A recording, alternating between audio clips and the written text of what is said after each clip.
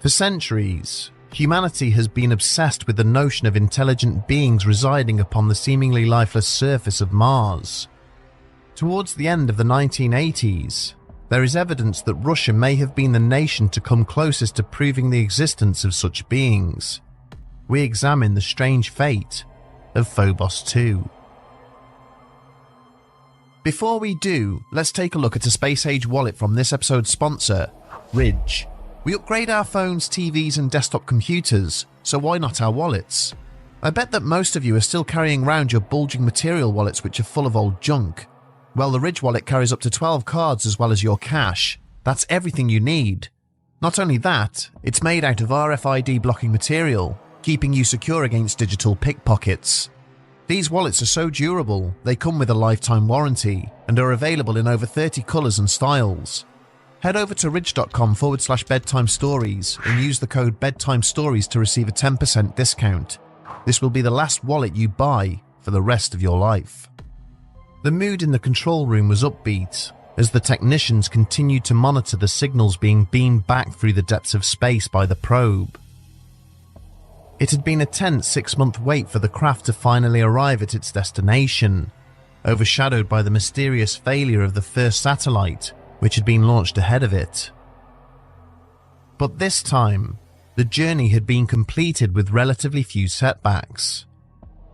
Of the 3 computers controlling the probe, one had unfortunately suffered a software failure, but this malfunction had not prevented the device from completing its primary scan of the surface of Phobos before starting to transmit images back to Earth.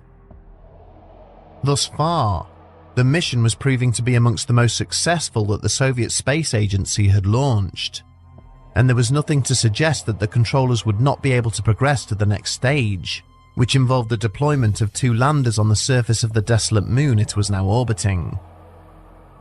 Standing at an elevated position above the control room, the senior technician watched on with pride as the scientists and other technicians studied an image on the monitors below him.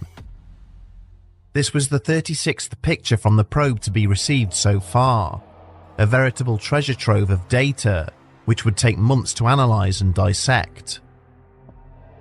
There was a sudden and unexpected commotion from the far side of the room. Amidst the raised voices, the controller heard someone shout that something unexpected had been identified on the satellite's sensors. A large, unidentified mass had materialized in a higher orbit and was now slowly descending towards the probe.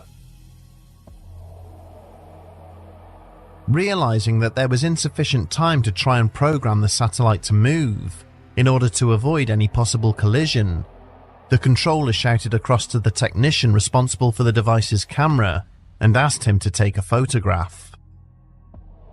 It would still take several minutes for this command to travel through space and reach the small craft, but hopefully this was sufficient time in order to shed some light on the mystery should the worst happen. For the next few minutes, all eyes in the control room remained fixed upon the data being received by the probe sensors, until another technician shouted that all contact had been lost. The hours which were spent trying to re-establish communications with the satellite soon progressed into days. No signals were either being received by or transmitted from the device. It was clear that something must have collided with and completely destroyed it. As he later prepared himself to brief the Oversight Committee, which had asked him for an update on the situation, the controller stared down at the final photograph which the probe had taken. The image depicted a huge elliptical shadow being cast down onto the surface of Phobos beneath the orbiting satellite. He would later admit under questioning that he had no idea what might have caused such an anomaly, and that if it was not an anomaly, then he had no idea what it was. He had defended his calculations regarding the size the unknown object would have to have been to cast such an enormous shadow. He would also concede that the shape of the object did seem to depict what the Americans referred to as a flying saucer, before walking out of the briefing room, leaving the committee members sitting behind him in stunned silence. The initial discovery of the Martian moons occurred in August of 1877, when observers at the United States Naval Observatory detected two bodies in orbit around the red planet. In time, they would name the pair Phobos and Deimos, after the twin sons of Ares, the Greek god of war. For his own part, Phobos was the god of fear and panic, and this choice of name would later prove chillingly appropriate. Decades of close observation would go on to reveal that Phobos was the closest celestial body to a parent planet in the solar system, closer than any other satellite which had then been discovered. Such proximity had resulted in an extremely rapid orbit, taking the Martian moon a mere 8 hours to travel around the entire circumference of its host. It was also noted that Phobos was amongst the least reflective of all satellites. It would not be until images of the twin Martian moons were first transmitted back to Earth by the American Mariner 7 probe in 1969 that the reason for such darkness became clear. Phobos and Deimos were both ancient masses of shattered and crumpled rock debris, which had been compacted together in orbit around Mars. The prevailing theory surrounding the pair's formation was that in its distant past, Mars was subject to a devastating collision with another object, potentially a protoplanet. This apocalyptic cataclysm propelled millions of tons of rock and dust up into the atmosphere, some of which collided together to create the two moons. With NASA showing little interest in the origins or makeup of Phobos and Deimos, it was Russia who became the first nation to announce a planned mission to explore them. During the summer of 1988, the Soviets announced that 2 probes had been launched, with the intention of photographing and collecting samples from the surface of Phobos. But a third of the way into the 6-month journey, contact was unexpectedly lost with one of the 2 probes. In August of 1988, operators discovered that the missing craft's thrusters had been mistakenly deactivated by a hidden software glitch, causing its solar panels to lose line of sight with the sun and in turn suffer a catastrophic power failure. The second probe, however, successfully arrived at Phobos on the 29th of January 1989 and immediately began to capture images of the mysterious moon below. For 2 months, it dutifully transmitted a steady stream of data to its coordinators back on Earth, ahead of a planned final descent to the surface in order to deposit 2 landers. But inexplicably, on the afternoon of the 28th of March, a large mass was detected, seeming to be closing in on the probe. With insufficient time available to program the device's thrusters in order to avoid a collision, the decision was instead made to hurriedly try and capture a photograph of the approaching object. Shortly after this, all contact with the probe was lost. Technicians spent several days trying to re-establish control of the satellite before concluding it must have been destroyed, as it was neither receiving nor returning any of their signals. The most disturbing development of the affair, though, would come with the receipt of the final photo to be taken by the Phobos 2 probe, immediately prior to its inexplicable destruction.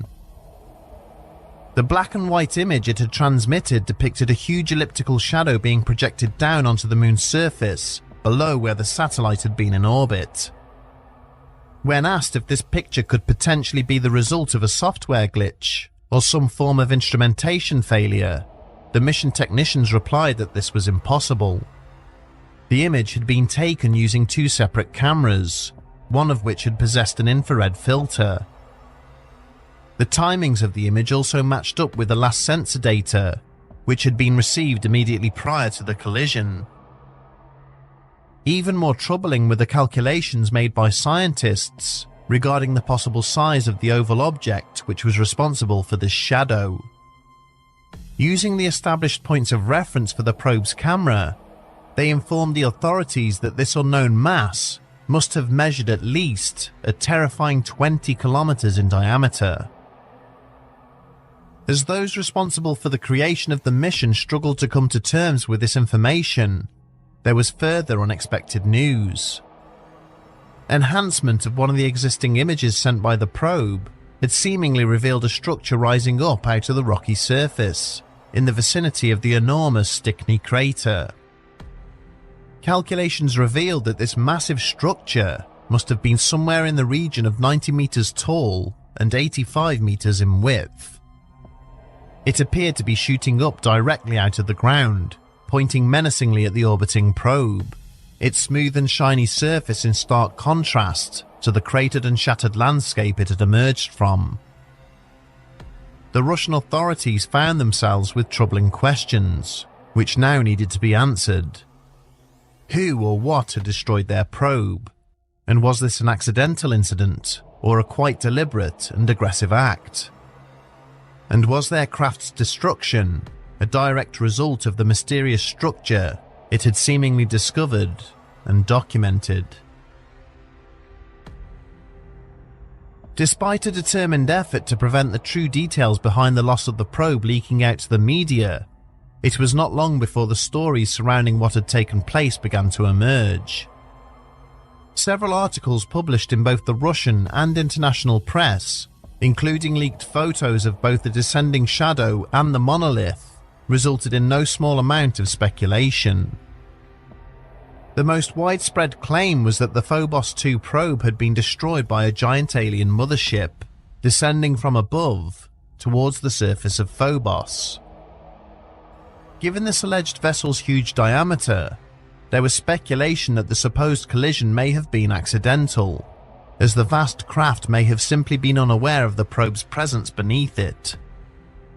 Some authors instead alleged that the alien vessel had quite deliberately destroyed the probe, due to the fact it had detected the monolith, which was only part of a larger alien settlement situated on or beneath the surface of the Martian moon. Others claimed that the monolith shown in the image may have been some form of ancient device or weapon, and it had been the structure itself which had obliterated the passing satellite, somehow shooting it out of the sky. Much has been made by astronomers regarding the possibility that Phobos is potentially somewhat hollow in nature, with huge voids lying between the various rocks and boulders which combine to make up its larger structure, held together by only a thin surface crust. Similar assertions have been put forward in relation to our own moon, and that civilizations may indeed have resided beneath the surface of these celestial objects, largely hidden away from the probes we have dispatched. It is only rarely that purported evidence of their existence has ever been captured.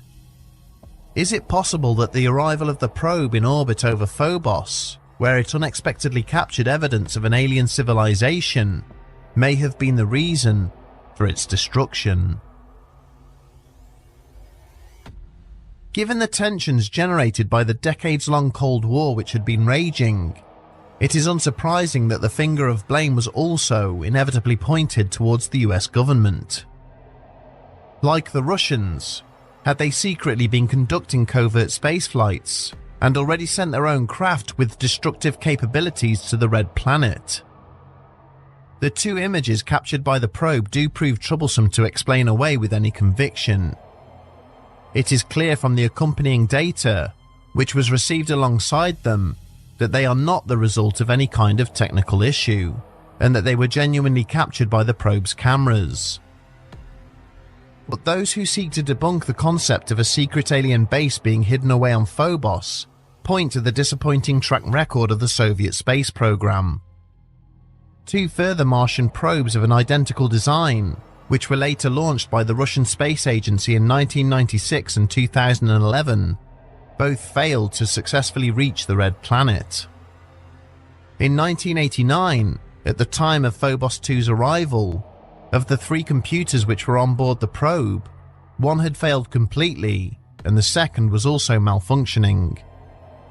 It is entirely possible that the device could indeed have been lost as a result of an internal malfunction, and that no actual collision ever took place. In terms of the monolith, it is widely believed that this structure is little more than a naturally occurring feature, much like other alleged constructions depicted on the surface of Mars itself. The famed Martian face and other alleged structures such as pyramids and space stations which have been observed on the Martian landscape, have since proven to be nothing more than striking rock features, which have gone on to disappear through weathering and erosion. Scientists maintain that, like these examples, the Phobos monolith is merely a tall rock that happens to be sticking up and out of the ground, likely deposited there during the cataclysmic event that first created the moon. A combination of shadow and the angle at which the image was taken at the point it was captured have combined together to add mystery to an object which may otherwise be completely natural. And yet, alleged sightings of alien structures on the surface of our own moon, and as a result of further Martian exploration, continue to surface online. And with each passing year, these images seem to become progressively difficult for the scientific community to explain away. Advances in the imaging technology installed on exploratory probes, and the decision to make them accessible to the general public via the internet, have revealed new mysteries. High-definition imaging shows inexplicable colour variations, which seem to prove more than ever that there are odd features on the surface of our neighbouring planets, which simply cannot be naturally occurring. Will it continue to be possible to dismiss these images as simple and coincidental rock formations, or some form of optical illusion? Or are we inevitably heading for a time and event where undeniable proof of alien civilization is unexpectedly published online, right before our eyes? Only time will tell.